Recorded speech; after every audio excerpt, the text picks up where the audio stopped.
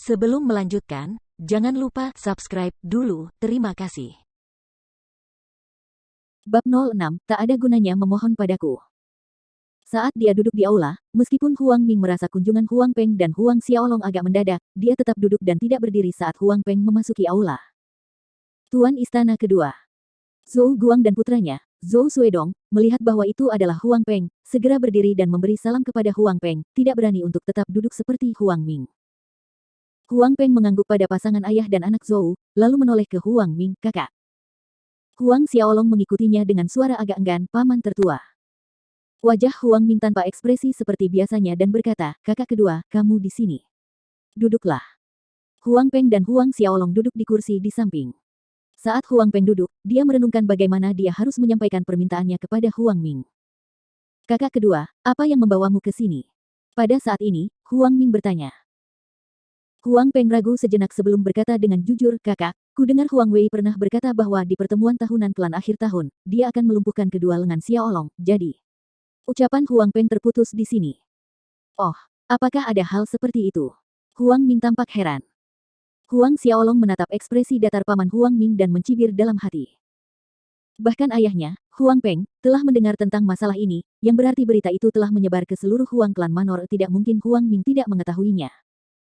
Huang Wei, apakah ada masalah seperti itu? Huang Ming berbalik dan bertanya kepada putranya, Huang Wei. Huang Wei menjawab dengan mata yang tak berkedip dan ekspresi wajah yang tidak berubah, tidak ada hal seperti itu. Sambil melirik Huang Peng dan Huang Xiaolong, Huang Wei melanjutkan, menurut pendapatku, ada orang yang sengaja menggunakan ini sebagai alasan untuk menimbulkan masalah bagi halaman utara kita. Wajah Huang Peng memerah karena marah ketika mendengar ini. Apakah ini berarti bahwa dia dan putranya adalah orang-orang yang malas dan tidak punya kegiatan lain sehingga malah akan mendatangi Huang Ming dan putranya untuk mencari masalah? Huang Xiaolong sedang menonton Huang Ming dan Huang Wei. Pertunjukan ayah dan anak ini, di mana satu orang bertanya dengan polos dan yang lain menjawab dengan sopan, sungguh menggelikan. Ia mencibir dalam hatinya. Kakak, apa pendapatmu tentang masalah ini? Sambil menahan amarahnya, Huang Peng menoleh ke arah Huang Ming. Huang Ming melambaikan tangan, masih mempertahankan ekspresi datarnya, baiklah, kakak kedua, karena tidak ada hal seperti itu, kamu bisa kembali sekarang. Tidak mungkin. Makna di balik perkataan Huang Ming sangat jelas bahwa Huang Peng datang untuk mencari masalah. Menekan amarahnya yang memuncak, Huang Peng berkata, kakak, maksudmu kami, ayah dan anak, tidak punya hal yang lebih baik untuk dilakukan, jadi kami datang ke sini untuk mencari masalah denganmu. Huang Ming mengerutkan kening dan wajahnya berubah dingin, bahkan jika masalahnya benar, bagaimana dengan itu? Bertanding dengan teman sebaya selama pertemuan klan adalah hal yang biasa. Huang Ming berkata demikian dengan enteng, tetapi dia tidak menyebutkan apapun tentang Huang Wei yang ingin melumpuhkan kedua lengan Huang Xiaolong. Huang Peng berdiri dengan marah, menatap kakaknya Huang Ming, apakah kau mengatakan bahkan jika Huang Wei menyia-nyiakan kedua lengan Xiaolong, ini adalah hal yang normal? Dengan wajah acuh tak acuh, Huang Ming berkata, kalau begitu, apakah maksudmu aku harus melarang acara tanding antar teman selama pertemuan tahunan klan? Acara tanding antar teman adalah aturan yang ditetapkan oleh ayah. Apakah maksudmu aturan yang ditetapkan oleh ayah itu salah? Cahaya tajam bersinar di mata Huang Xiaolong. Niat ayahnya hanya agar Huang Ming menasihati putranya agar melepaskan Huang Xiaolong. Semua orang di aula tahu apa niat ayahnya. Namun, Huang Ming memutarbalikkan fakta, mengklaim bahwa Huang Peng memintanya, Huang Ming, untuk melarang acara yang ditetapkan oleh ayah mereka untuk mempersulitnya. Zhou Guang dan Zhou Suedong, ayah dan anak, duduk di sana tanpa berbicara. Di mata mereka, kegembiraan mereka terlihat jelas. Wajah Huang Peng memerah karena marah. Sambil mengepalkan kedua tangannya dan menarik napas dalam-dalam, dia berkata kepada Huang Ming, Xiaolong adalah keponakanmu.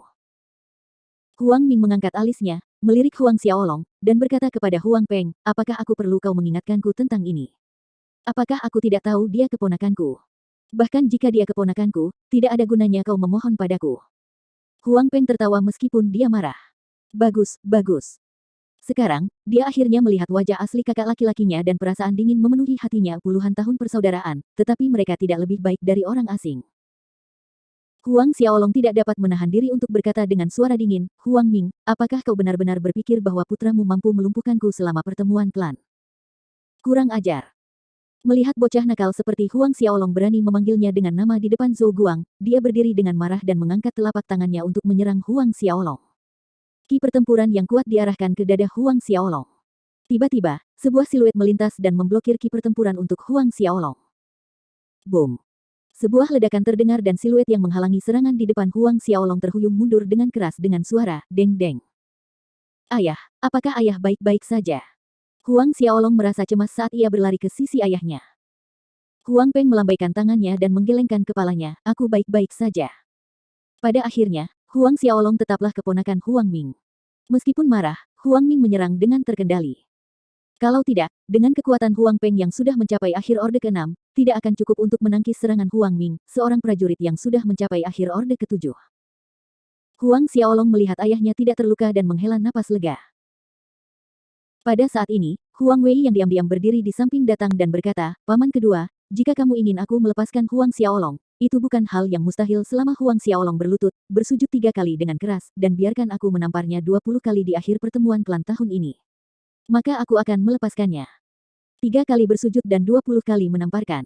Alis Huang Peng berkerut erat dan dia menatap putranya.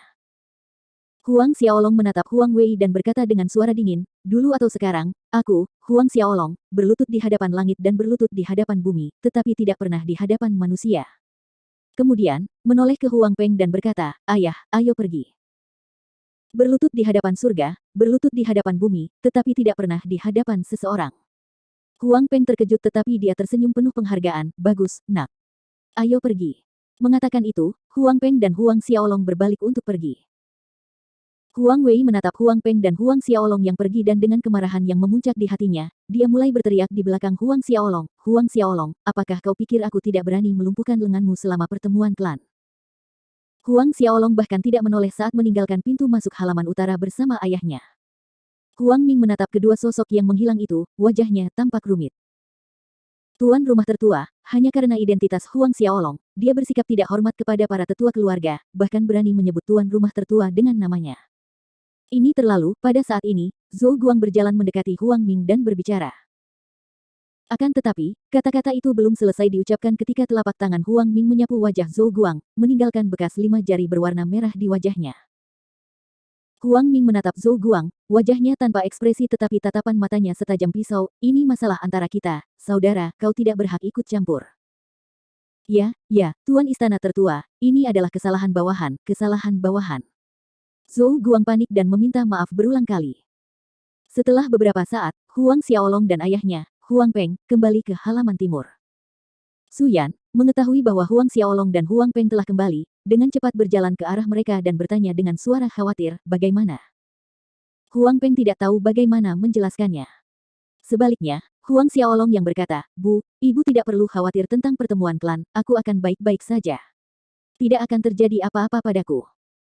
Setelah mendengar ini, Su Yan mengira Huang Wei telah berjanji untuk melepaskan Huang Xiaolong selama acara sparring pertemuan klan dan hatinya yang khawatir akhirnya terpuaskan. Sambil tersenyum, dia berkata, bagus sekali, kalau begitu semuanya baik-baik saja. Huang Peng membuka mulutnya ingin mengatakan sesuatu, tetapi melihat senyum bahagia istrinya, dia tidak mengatakan apapun pada akhirnya.